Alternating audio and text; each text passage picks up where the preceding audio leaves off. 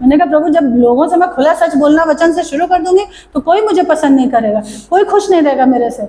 पवित्र आत्मा ने कहा मैंने तुम्हें मेरे राज्य के विस्तार के लिए बुलाया, लोगों को खुश करने के लिए नहीं।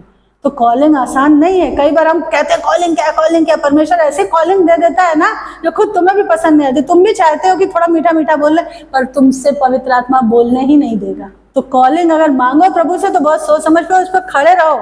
एक बार एक चर्च में पास्टर ने कहा था कि निधि तुम बहुत खुला सच बोलती हो, ऐसा नहीं चलता है, थोड़ा सा मीठा बोला करो। तो मैंने कहा पास्टर मैं क्या करूं, मैं अपनी कॉलिंग से पीछे नहीं हट सकती। अगर कॉलिंग पूछी है तो फिर उससे जीवन भर लिपट के फिर पीछे नहीं हटना है। उसने अगर जिम्मेदारी दे दी तो उससे फिर पीछे, या तो पूछो मत कि कॉलिंग क्या है, सिंपल एक सादा सा जीवन जी के चले जाओ, बहुत अच्छा है। और अगर पूछने की गलती कर दी और उसने कोई खतरनाक कॉलिंग दे दी जो तुमको भी पसंद नहीं आ रही है तो दूसरों को क्या आएगी, तो फिर उससे पीछे हटना।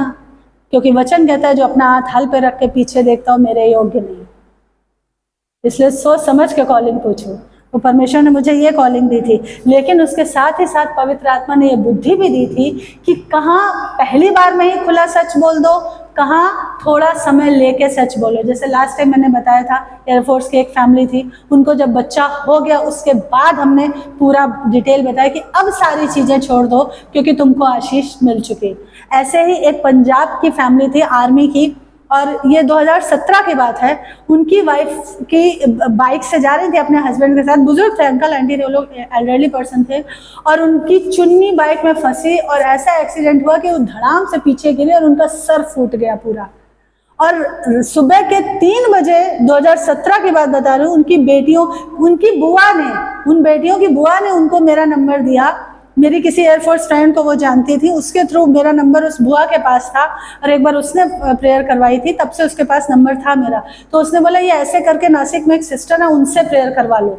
तो 2:15 बजे उनका फोन आया बेटियों का और बोली सिस्टर जी ऐसे ऐसे मेरी मम्मी का एक्सीडेंट हो गया, उनको शुगर है, उनका ब्लड रुक नहीं रहा है, डॉक्टर ऑपरेशन कर नहीं पा रहे हैं, तो उस आप प्रेयर करिए ताकि ब्लीडिंग रुके और जल्दी से ऑपरेशन हो, क्योंकि जल्द से जल्द ऑपरेशन नहीं हुआ, 1 घंटा निकल चुका है। तो फिर मैंने उसी समय, और चांस की बात है कि मैं उस समय, अभी तो मैं बोतल अपने बाजू में ही रख के सोती हूँ, पानी की बोतल थी नहीं मेरे पास, और मैं पानी पीने के लिए किचन में गई, मेरा फोन उस समय ड्राइंग रूम में रखा हुआ था, और तब मुझे उसकी रिंग सुनाई दी।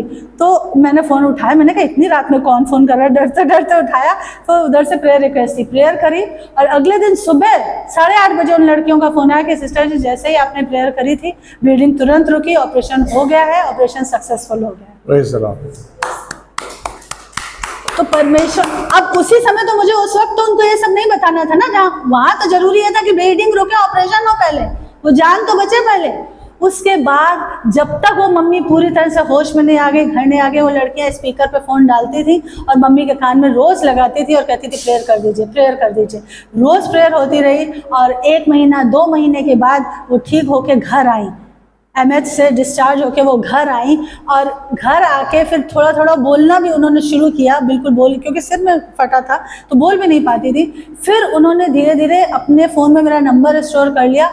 अभी आज की तारीख में आलम यह है कि जरा भी उनको सरदर्द भी होता तुरंत फ़ोन लगाती है। वो बेचारी आंटी जी एकदम ठेठ पंजाबी गांव की है, उनको हिंदी भी नहीं आती बोलनी, ठेठ पंजाबी में बोलती हैं, और मैं भी टूटी फूटी पंजाबी में उनको प्रेयर करती हूँ। मुझे बहुत अच्छी पंजाबी नहीं आती, थोड़ी बहुत, तो बोलती सिस्टर जी प्रेयर कर दो मेरे वास्ते, मैनू ना मतलब सूर पै गया, मैनू ऐ होंदा है, मैनू ऐ होंदा है, प्रेयर करो मेरे नाल, मेरे वास्ते प्रेयर करो। तो उनको इतना विश्वास यीशु पे जम गया। लेकिन इस लेवल तक आने के बीच फिर मैंने उनकी बेटियों को भी गॉस्पेल बताया, उनको सिस्टर को भी गॉस्पेल बताया। अभी भी मैं उनसे पूछती हूँ आंटी जी से, तुसी चर्च जाते हो, तुसी चर्च जाते हो, हर संडे जाते हो? हाँ सिस्टर जी हम जाते हैं, हर संडे चर्च जाते। तुसी बाइबल पढ़ते हो? मैं आना पढ़ी लिखी नहीं आ, मैं पढ़ना नहीं आंदा। तो मैं बोलती हूँ फोन में ऑडियो बाइबल लगाओ।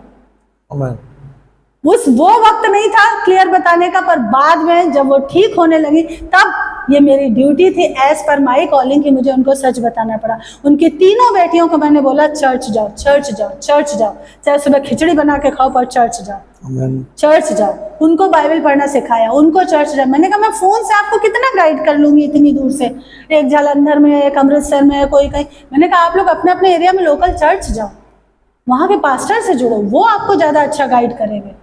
ऐसे ही फिर उन्होंने एक अभी कोरोना के दिनों में किसी को मेरा नंबर दिया था, वो सरदार जी की बेटी वेंटिलेटर पे थी, वेंटिलेटर पे थी।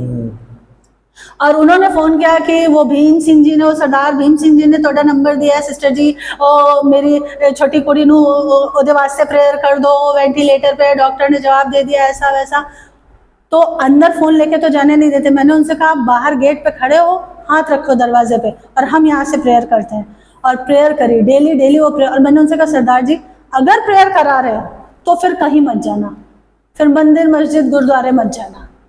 उनको उस वक्त खुला बोलना पड़ा क्योंकि वो बिल्कुल वेंटिलेटर पे और पिता सही समूचा खड़ा है, साबुत खड़ा है। तो उस पिता को ये बताना जरूरी था कि माँ बाप होने के नाते अब इस लड़की के लिए जब प्रेयर करा रहे हो तो कुछ और मत कराना।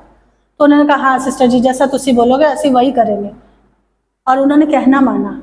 और वो लड़की 15 दिन लगातार रोज वो निश्चित टाइम पे फोन करते थे, प्रेयर होती थी, और वो लड़की धीरे धीरे वेंटिलेटर से आईसीयू में आई, आईसीयू से नॉर्मल वार्ड पे आई, नॉर्मल वार्ड से घर पे आई।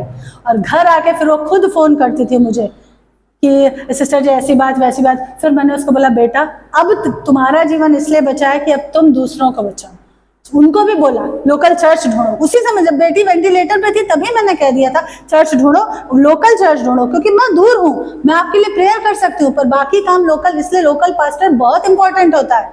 आजकल लोग ऑनलाइन यूट्यूब सुनने के चक्कर में पास्टर, अपने पास्टर को वैल्यू कम कर देते हैं, लेकिन लोकल, मैं तो हमेशा दूर से जब कोई फोन आता है उसको बोलती हूँ अपने एरिया में लोकल चर्च ढूंढो, लोकल से जुड़ो। वो पास्टर तुम्हारा पिता है, वो तुम्हारा आत्मिक रखवाला है, वो रात दिन तुम्हारे प्राणों के लिए प्रार्थना करता है, परिवार के लिए प्रार्थना करता है, तुम्हारी खुशहाली के लिए प्रार्थना करता है। उससे जुड़ो, उसमें आशीष आती है। उनको भी जोड़ा। तो यहाँ मुझे तुरंत ये बुद्धि पवित्र आत्मा ने दी। वो जो बाइक से गिरी थी उनको तुरंत नहीं बताया क्योंकि पहले उनको ठीक होना, उनका ऑपरेशन होना जरूरी था। फिर धीरे धीरे बताया, हफ्ते 10 दिन के बाद बताना शुरू किया। इनको पहले दिन ही बोला कि सरदार जी कहीं और कुछ मत कराना,